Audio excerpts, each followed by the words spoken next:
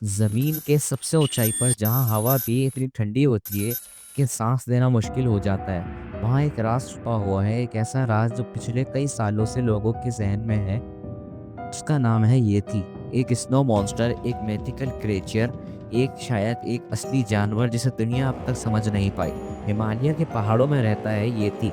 Local लोग इसे मैका कहते हैं, मतलब wild wild man of the mountains. इनकी पुरानी कहानियों में येती एक ह्यूज और टेरिफाइंग क्रिएचर था।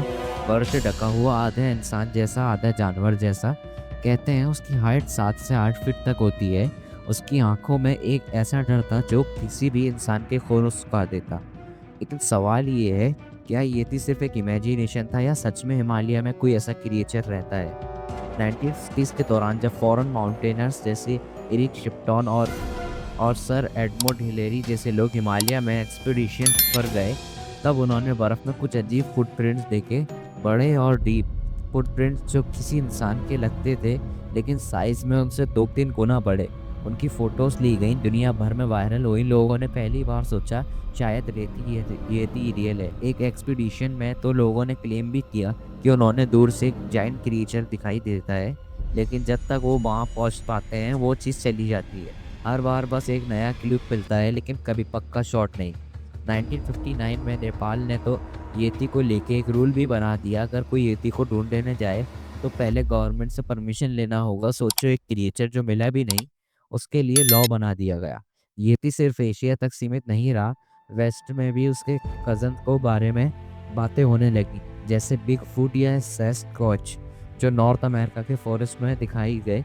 हर कॉन्टिनेंट में किसी न किसी वर्जन की कहानी मिलती है, लेकिन सबसे ज़्यादा मिस्टीरियस था हिमालय का येती। अब सवाल ये उठता है, अगर येती सच में होता तो अब तक मिला क्यों नहीं? डीएनए, फॉसिल्स, कोई वीडियो? तो 2000 के बाद साइंस ने इन्वेस्टिगेशन शुरू की। कई लोगों ने कुछ हेयर स्ट्रैंड्स, बोन्स और इवन पोप सैंपल्स दिए, जिनके बारे में क्लेम था कि वो येती के हैं। डीएनए टेस्टिंग हुई और रिजल्ट आया, ये सब तो हिमालय बेयर्स के सैंपल्स थे या किसी और जानवर के।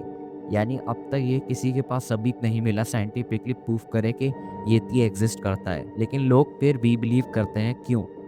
क्योंकि कुछ चीज़ें साइंस के आगे होती हैं। लोकल लेजेंड्स, ट्राइब्स, उत्पाद की बातें और वो फियर जो इंसान महसूस करता है जब वो कहता है हिमालय के अंधेरों में अकेले होते हैं। हर कल्चर में कुछ अनएक्सप्लोर्ड पता है, शायद येती उन्हीं अनएक्सप्लोर्ड हिस्ट्रीज में से एक है।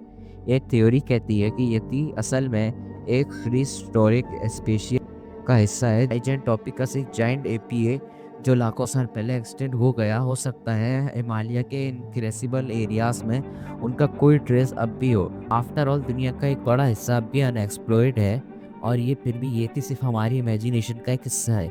ये एक सिंबल है नेचर के डर का।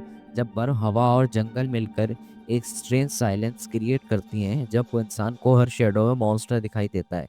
आज कुछ लोग क्लेम करते हैं कि उन्होंने येती को देखा। हर साल नई वीडियोस, नए फुटप्रिंट्स, नए साइटिंग्स सामने आते हैं, लेकिन सब कुछ ब्लरी होता है। कोई भी फाइनल प्रूफ नहीं कि क्या येती सच में था या है, या सिर्फ एक साइकोलॉजिकल इल्यूजन। इसका जवाब शायद कभी ना मिले, लेकिन एक बात सच है, जब तक हिमालय जैसे राज भरे हैं, रीजन जिंदा है, तब तक येती जैसी कहानियां भी जिंदा रहेंगी। क्योंकि हर कल्चर को एक अनएक्सप्लोर्ड चीज की जरूरत होती है, कुछ ऐसे राज जो हमेशा दिल और दिमाग के बीच लटके रहते हैं। येती वही राज है।